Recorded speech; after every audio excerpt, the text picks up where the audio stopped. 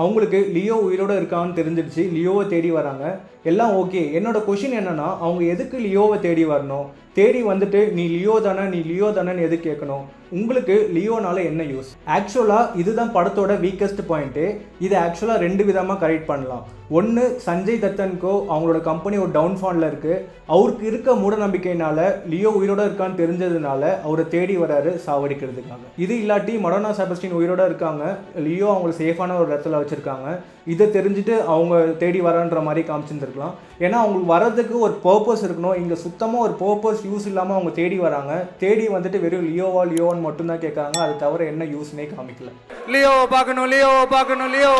So படத்தில் என்னென்ன சேஞ்சஸ்லாம் பண்ணியிருந்துருக்கலாம்னா, either flashback போர்ஷனை தூக்கியிருந்துருக்கலாம், இல்லாட்டி தங்கச்சி உயிரோட இருக்கா அவளை தேடி வர மாதிரி காமிச்சிருந்துருக்கலாம், இல்லாட்டி அவங்க டவுன்ஃபாலில் இருக்காங்க லியோவை சாவடிக்கணுன்ற மாதிரி தேடி வந்திருந்துருக்கலாம். கிளைமேக்ஸ்லாம் பார்த்தீங்கன்னா சஞ்சய் தத் 2000 கிலோமீட்டர் தாண்டி லியோ வீட்டுக்கு வெளியே வந்து கால் பண்ணிவிட்டு உன் பையனை தூக்கிட்டேன் அப்படின்னு சொல்லிட்டு கிளம்புறாரு.